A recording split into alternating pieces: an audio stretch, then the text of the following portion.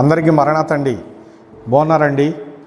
మహాపరిశుద్ధుడు ప్రభువైన యేసుక్రీస్తు వారి యొక్క కృపాశీర్వాదములు శాశ్వత కాలము మనందరికీ తోడై నడిపించునుగాక. ఆమేన్. ప్రియమైన స్నేహితులారా, దేవుని వాక్యాన్ని మనం ధ్యానం చేసుకుందాము.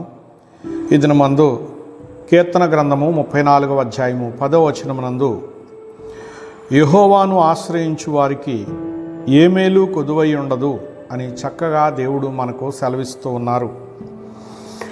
ఇక్కడ యెహోవా అనగా సృష్టికర్త అయినటువంటి దేవుడు, ఆయనని ఎవరైతే ఆశ్రయిస్తారో వారికి ఏ విధమైన మేలైనా సరే కొదువుగా ఉండదు, సమృద్ధిగా ఉంటుందని చెప్పి దేవుడు ఇక్కడ సెలవిస్తున్నట్లుగా మనకు మరి వాక్యానుసారంగా దేవుడు చూపిస్తూ ఉన్నారు. ఈ ఆత్మీయ అర్థాన్ని మనం గ్రహించినట్లయితే ధన్యులమే. ప్రియమైన స్నేహితులారా, వాక్యమైనటువంటి దేవుడు తన వాక్కును మనకు అనుగ్రహించి మనను నిరంతరము కాపాడువారుగా ఉన్నారు. ప్రియులారా, భూలోకమందు దేవుని పోలికలో ఉన్నటువంటి మానవులమైన మనకు దేవుడు చేసే మేలు నిరంతరము అవసరము.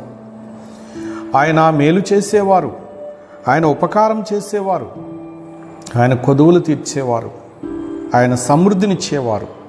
ప్రియులారా, దేవుడు భూలోకంలో ఒక జనాంగమును ఏర్పాటు చేసుకున్నారు. ఆ జనాంగమే ఇశ్రాయేలు జనాంగము. దేవుని మహాకృపను బట్టి ఆ జనాంగము ఐగుప్తు దేశంలో ఉన్నప్పుడు దేవుడు వారిని మరి విడిపించడానికి, ఆ బానిసత్వం నుండి, ఆ బాధల నుండి, ఆ కన్నీళ్ల నుండి వారిని విడుదల చేయడానికి మోషే అనే దైవజను నియమించుకొని ఆయన వారిని వెలుపలికి తీసుకుని వచ్చారు. ప్రియులారా, వారు వెలుపలికి వచ్చినప్పుడు వారికి ఎన్నో సమస్యలు దేవుడు నడవమన్న త్రోవలో నడిచేటప్పుడు వారికి ఎదురవ్వాయి. ప్రియులారా, ఆ సమస్యలన్నింటి నుంచి వారు ఒక్కొక్కటిగా విశ్వాసముతో, నమ్మకముతో దేవుడు చేసేటటువంటి కార్యాలను అనుభవించి ఆ మేలులు వారు పొందారు. ప్రియులారా, ఐగుప్తు దేశంలో దేశమంతా అతలాకుతలమై నశించిపోతున్నారు. కానీ ఇశ్రాయేలు ప్రజలకు ఏ హాని కలగలేదు. కారణము, వీరు దేవుడు చెప్పినట్లుగా చేశారు కనుక. ప్రియులారా, ఆ తరువాత వీరు ఎర్ర సముద్రాన్ని కూడా అవలేలగా దాటుటకు దేవుడు వారికి సహాయం చేశాడు. వారు దైవ జనాంగము కనుక. వీరి వ్యతిరేకులను మాత్రము దేవుడు ఆ ఎర్ర సముద్రాన్ని దాటనివ్వలేదు. ప్రియులారా, ఆ తరువాత వారు దప్పికొని వేదన పడుతున్నప్పుడు ఆయన వారికి నీళ్ళిచ్చాడు. ప్రియులారా, బండలో నుండి వచ్చినటువంటి ఆ నీళ్లను వారు తాగి ఎంతో దేవుని మహిమపరిచారు. తర్వాత శత్రువు వారి ఎదుటికి వచ్చి వారి ప్రయాణాన్ని, వారి ప్రయత్నాలను, దేవుని సంకల్పాన్ని వ్యతిరేకిస్తూ అడ్డుకున్నాడు నిర్గమాకాండములో. ప్రియులారా, అప్పుడు వీరే స్వయముగా యుద్ధం చేయవలసి వచ్చింది. అప్పుడు మోషే గారు నేను ప్రార్థన చేస్తాను అని ఆయన కొండపైకి వెళ్ళి చేతులు పైకెత్తి ప్రార్థన చేసినప్పుడు ఇశ్రాయేలీయులు గెలిచారు, మేలు పొందారు. ఆయన చేతులు క్రిందికి దించినప్పుడు వారు మరి ఓడిపోతూ అనేటటువంటిది జరిగింది, ఓటమి కలిగింది వారికి. ప్రియులారా, మరి దేవుని కృపను బట్టి చేతులు పైకెత్తి ఉంచుటకు మోషే గారికి మరి ఎంతగానో సహకరించారు సహకారులైన వారు. ప్రియులారా, అప్పుడు యెహోషువ కత్తివాడి చేత ఆ జనులతో అనగా శత్రువులతో మరి తన యొక్క జనులతో పోరాడాడు. తన జనులను తీసుకుని వెళ్ళి పోరాడాడు, విజయం కలిగింది. ప్రియులారా, విజయం ఇచ్చింది దేవుడే.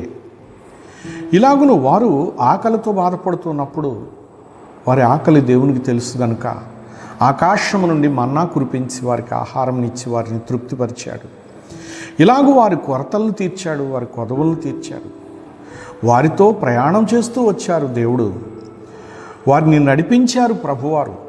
గనుక ప్రభు మనతో ఉన్నారనే విశ్వాసమును మనము కలిగి మనం ఎక్కడికి వెళ్ళినా ప్రభువా మాతో రమ్ము అని ప్రభు సహాయం కోరి మనం ముందుకు వెళ్ళినట్లయితే ప్రభు అనుక్షణము మనకు సహాయం చేస్తూ ఉంటారు. అలాంటి ఉపకారి అయినటువంటి దేవుణ్ణి మనము నిరంతరము స్తుతించడం మనకు ఎంతో మేలు.